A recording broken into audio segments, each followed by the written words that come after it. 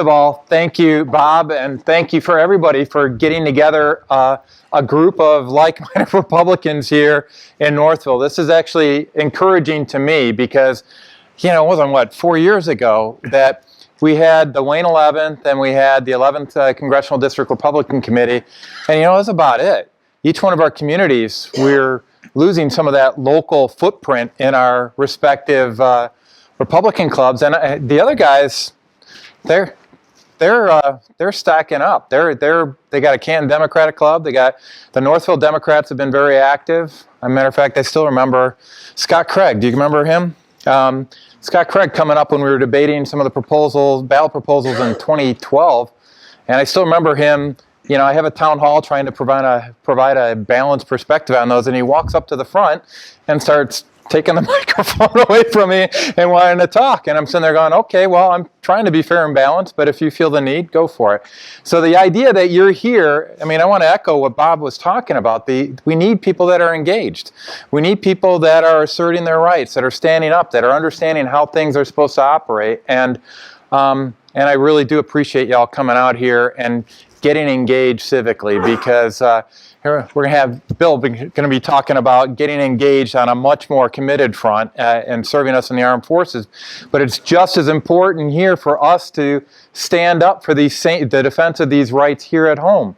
We're not doing it against an enemy that's firing back at us with bullets, but we're doing it against an enemy that's firing back at us in areas that usually hits us more where it counts. Our pride, our ability to go off and defend the reasons why we stand for certain principles. Sometimes there's a big fear factor with that, right? It gets tough sometimes to go off and say, not only stand up for principle, but say why you stand up for those principles. And it requires a lot of extra effort. And I'm encouraged by the fact that we got enough folks that are willing to stand up to almost fill this place tonight. It really makes me feel good. So thank you for helping to put some wind in my sails as we go off and fight the good fight back up in Lansing. And by the way, don't rest on your laurels. Next time, let's double the number of folks that are here, okay? We need to get more and more people engaged. So Bob wanted me to talk about a few things today that are going up in Lansing. One, I want to talk a little bit about education.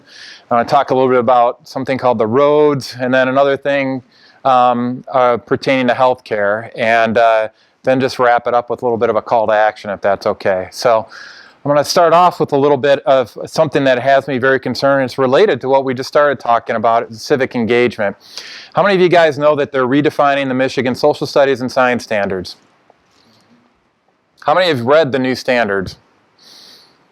Okay, there's a link up on my website. If you go to morninginmichigan.com, there's a little icon on there saying the new Michigan education standards.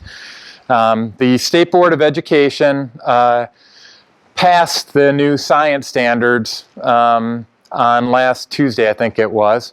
But the social studies standards have had a little bit of a stay of execution here until next year. Part of that was due to the fact that I went off and I reviewed both sets of these standards. I was a little later on the science standard. It took a while to go off and review all those. But we did get the social study standards revisions in early enough where they were able to consider what we proposed, and I'm already told that they're looking at making changes based on that. And I'm going to go into a little bit of some of the changes that are out there, and some of the one of the observations is that we're going to talk about a little bit about war fighting and a little bit with Bill, but there's a culture war going on right now, and the center of gravity for that culture war is our schools. Maybe I need to go back to school. I'm an engineer, so if I don't talk right, that's my excuse. But there's a lot of very good teachers out there that are fighting some very difficult battles in the classroom right now. Many of you guys are familiar with a little thing called Common Core standards, and I've been opposed to Common Core for quite a while. Unfortunately, there's still a lot of folks up in Lansing that think it's a good deal. They talk about it being for career and college-ready students. I look at it as a centralized standard that's being deployed across the country, and it's getting away from the principles of local control that it was a hallmark of American education for centuries. And for me, that's concerning because I'm also a student of history. I've read about the Soviet education system, and unfortunately, I see a lot of similarities between that and what we're trying to implement here in the state of Michigan and across the country. These social study standards, if you sit there and tie them to Common Core, you'll be told that you're crazy, it doesn't have anything to do with it, and all this kind of stuff. Fine, I'm not going to fight that battle. What I am going to do is I fought a battle on I fought the battle on content. I actually looked at the standards, looked at them as face value, and identified 15 issues on the social studies standards, and I identified about 7 issues associated with the science standards. I'm just going to get a quick broad brush on some of the issues that I highlighted in the social studies standards. All right, there's one simple, I went at it from a simple perspective of saying, hey, I want stuff that's accurate. I don't want any political bias in this stuff, and I want it to be age appropriate for kids. So those were kind of the 3 ground rules that I had going through this. So the first thing I found out was something that was very inaccurate. There's a lot of folks that are teaching that America is a democracy. Now, we've all heard this. I've even heard Reagan say this, you know, that America is a democracy. There's only one problem with that. You guys remember the pledge that we said just a few minutes ago? What do we pledge to? Republic. Yeah, the Republic. You know where else that's found? Article 4, Section 4, it guarantees a Republican form of government. It's from our U.S. Constitution. So this whole concept of democracy has actually been an implied way of, associating America with the Democrats. And in Republic versus Democrats shouldn't be a political issue. It's a statement of fact. We have a representative government. We elect people to represent us. It's not a democracy where it's one person, one vote for. We'd have ballot proposal palooza every single November if we were a pure democracy like the folks back in Athens. That's not the way we are.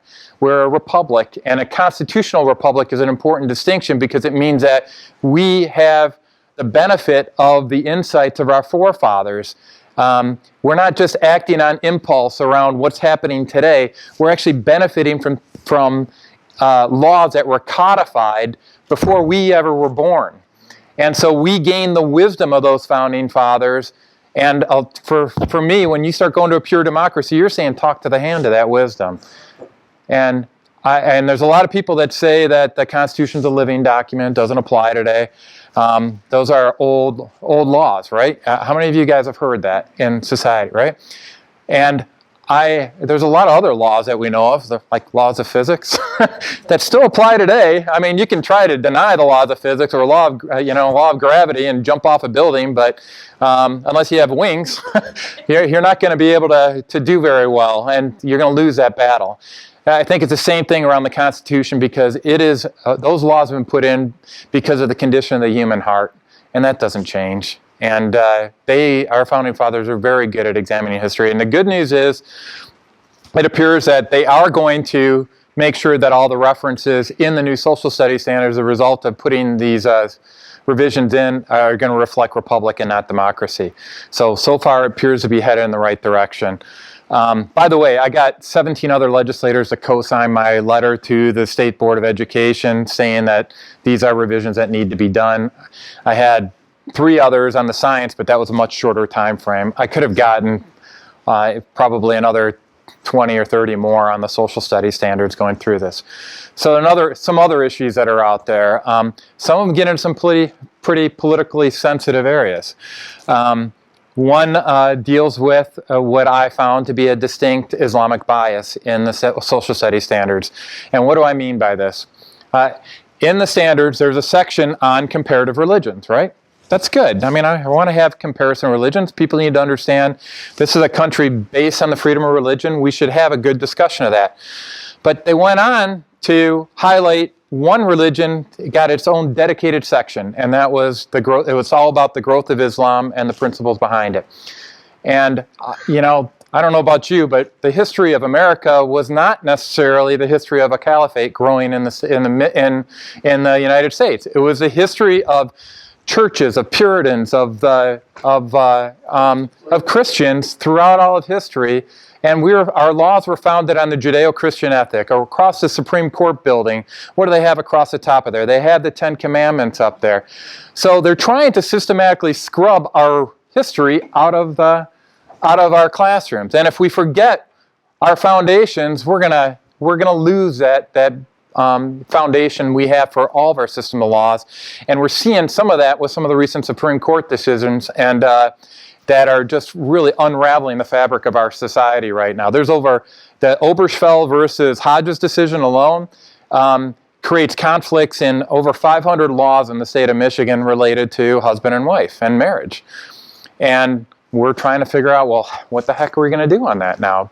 Pastors are going to be at risk for, if they don't want to perform gay weddings. There's some fundamental pillars of our society that you start pulling away at and picking away at it, that all the rest of the fabric of society starts disappearing. So anyway, it's very important that we get that fundamental understanding back into our classrooms.